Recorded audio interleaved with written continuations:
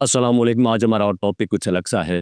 الگ اس لیے ہے کیونکہ جو مظلوموں کی آواز بنتے ہیں ان کی آواز کوئی نہیں بنتا، جو دوسروں کے بچوں کے حقوق کے لیے جنگ لڑتے ہوئے شہید ہو جاتے ہیں تو ان کے اپنے بچوں کے سروں پر دست شفقت رکھنے والا کوئی نہیں ہوتا،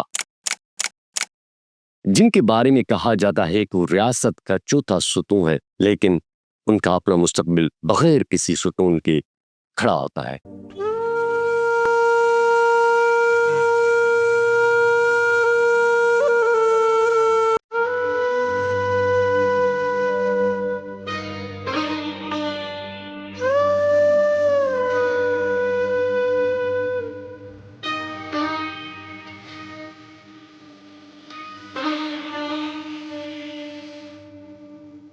ہمارے ملک میں صحافت کتنی آزاد ہے، صحافی خود کو کیوں غیر محفوظ سمجھتے ہیں، صحافیوں کو کیوں لگتا ہے کہ ان کی آواز کو دبانے یا خاموش کرانے کے لیے مافیاز کس طرح مختلف حربے استعمال کرتی ہے۔ ملک بھر میں خاص طور پر سندھ و بلوچستان کے شہید صحافیوں کے قاتل کیوں اپنے منطقی انجام تک نہیں پہنچ پاتے، شہید صحافیوں کے بچوں کے لیے حکومت کیوں ٹھوس اقدامات نہیں کرتی۔ ایک طرف جرنلسٹ پروٹیکشن بل تو دوسری جانب ایک آرڈیننس تو تیسری طرف میڈیا کے مختلف پلیٹ فارمز جن کو کتنی آزادی ہے وہ کسی سے ڈھکی چھپی بات نہیں ہے۔ خود کو جمہوری حکومت کہنے والی حکومت و منتخب نمائندے بھی تنقید برائے اصلاح برداشت نہیں کریں گے تو کس طرح اور کون آئینہ دکھائے گا، کون سچائی اور حقائق سامنے لا سکے گا؟ آئیں سنتے ہیں وفاقی وزیر عطا تارڑ کی گفتگو، پھر مزید آگے بڑھتی ہے۔ کسی پہ بلاسفیمی کا الزام لگائیں، کسی کو کہیں کہ اس کا گھر توڑ دو، آگ لگا دو، کوئی اتھارٹی اس کا نوٹس نہیں لے سکتی۔ اس کے اندر پہلی دفعہ سوشل میڈیا کو ڈیفائن کیا گیا ہے کہ سوشل میڈیا ہے کیا۔ سوشل میڈیا ہر وہ آن لائن پلیٹ فارم یا ویب ایپلیکیشن جس کے ذریعے کوئی بھی انفارمیشن ٹرانسمٹ کی جاتی ہے اس کو سوشل میڈیا کے طور پہ ڈیفائن کیا گیا ہے۔ الیکٹرانک میڈیا اور پرنٹ میڈیا دونوں کے لیے دوبارہ at the cost of repetition ایک سسٹم موجود ہے۔ پیمرا کی کاؤنسل آف کمپلینٹ ہے، جہاں پہ کوئی بھی کمپلینٹ جاتی ہے وہاں پہ اس کو ایڈریس کیا جاتا ہے۔ پرنٹ میڈیا کے اپنے فورمز موجود ہیں۔ یہ جو بل آیا ہے یہ ڈیجیٹل میڈیا پہ آیا ہے، یہ الیکٹرانک اور پرنٹ کی سپیس بڑھانے کے لیے آیا ہے۔ میں روز اس چیز کو فیس کرتا ہوں، کوئی بھی شخص جو پیشہ صحافت سے منسلک ہے یا وہ صحافی ہے یا ورکنگ جرنلسٹ ہے وہ اس بل سے افیکٹ نہیں ہوتا۔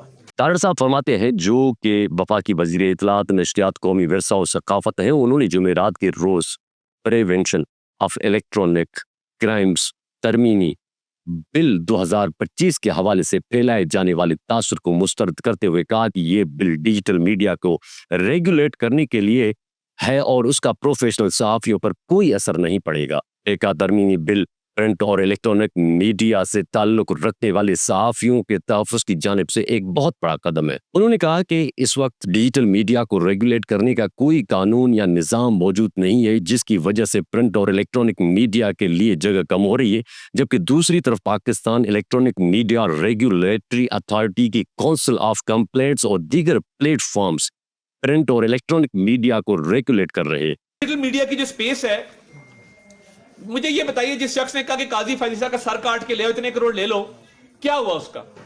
کیا کوئی سزا مل سکی؟ کیا ایف آئی اے میں یہ کیپیسٹی تھی کہ اس کو وہ یا پولیس کے اندر کہ اس کو وہ پروسیکیوٹ کرتے؟ کیا وجہ ہے کہ جو ایکسٹریم ویو ہے جو کہیں نہیں چل سکتا وہ ڈیجیٹل میڈیا پہ آپ چلا دیتے ہیں؟ حال ہی میں ایک شخص نے سابق چیف جسٹس کے سر کی قیمت سوشل میڈیا پر لگائی، مگر اس کے خلاف کوئی کارروائی نہ ہو سکی کیونکہ موجودہ صورتحال میں جعلی خبروں اور سوشل میڈیا پر چلنے والی بدنیتی پر مبنی مہمات کے خلاف کوئی ادارہ کارروائی نہیں کر سکتا۔ انہوں نے کہا کہ سوشل میڈیا پر بغیر کسی صحافتی وابستگی کے لوگ رپورٹس دے رہے ہیں اور ان کے جھوٹے الزامات یا جعلی خبروں پر کوئی ادارہ ان کو جواب دہ نہیں بنا سکتا۔ پہلا موقع ہے کہ ڈیجیٹل میڈیا کی باضابطہ تعریف کی جا رہی ہے اور جس بھی آن لائن پلیٹ فارم کے ذریعے معلومات فراہم کی جاتی ہے اس ڈیجیٹل میڈیا کے دائرۂ کار میں اسے لایا جا رہا ہے۔ سوشل میڈیا کی ڈیفینیشن ہے ہی نہیں کہیں پہ۔ پہلی دفعہ ڈیفائن کیا گیا ہے web application, mobile application, online platform, online systems of information dissemination that will come under the purview social media. اور یہ ایسے نہیں ہوگا کہ ڈریکونین طور پہ آربیٹریرلی آپ یہ کر دیں، اسپیکنگ آرڈر پاس کرنا ہوگا 24 گھنٹوں کے اندر۔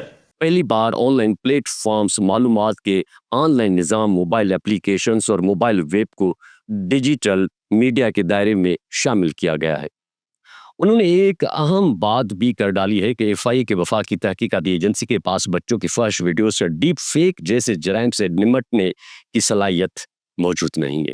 سائبر کرائم کے انویسٹیگیشن ایجنسی کا بیان ایک دن کا کام نہیں بلکہ حکومت اس حوالے سے تمام اسٹیک ہولڈرز بشمول صحافتی برادری سے مشاورت کرے گی۔ ایسا نہیں ہوگا کہ کوئی از خود کارروائی کرے بلکہ 24 گھنٹوں کے اندر ایک بولتا ہوا حکم نامہ جاری کرنا لازمی ہوگا۔ انہوں نے کہا کہ اگر 24 گھنٹوں میں بولتا حکم نامہ جاری نہ کیا گیا تو کارروائی آگے نہیں بڑھے گی۔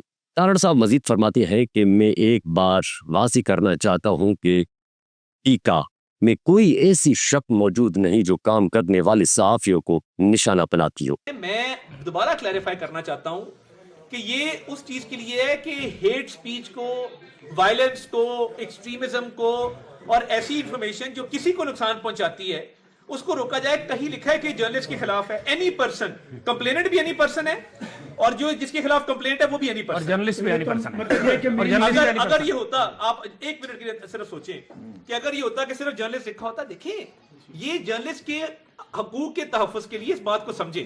صحافی برادری کو تبصرہ کرنے یا تنقید کرنے کی اجازت ہے لیکن بعض زمینی حقائق کو مد نظر رکھنا ہوگا۔ اس میں کہیں ورکنگ جرنلسٹ کو ٹارگٹ کرنے کے حوالے سے کوئی شک موجود نہیں ہے۔ اس کے اندر ورکنگ جرنلسٹ کے حوالے سے پروٹیکشن ضرور ملے گی آپ کو۔ تمام میڈیا اداروں کو دعوت دیتا ہوں کہ آئیں، ہم سے مشاورت کریں اور خود دیکھیں کہ آیا یہ قانون صحافیوں کو نشانہ بنا رہا ہے یا ان کا تحفظ کر رہا ہے۔ یہ بل پرنٹ اور الیکٹرانک میڈیا کے لیے جگہ بڑھائے گا جو اس وقت مالی بحران کا شکار ہے۔ جو شخص صحافت سے منسلک ہے اس پر اس بل کا کوئی اثر نہیں پڑے گا اور نہ ہوگا۔ کیا یہ انصاف ہے کہ ایک شخص روزانہ 40 لاکھ روپے کمائے اور کیمرہ مین یا ٹیکنیشین کی قربانی پر کوئی ٹیکس ادا نہ کرے؟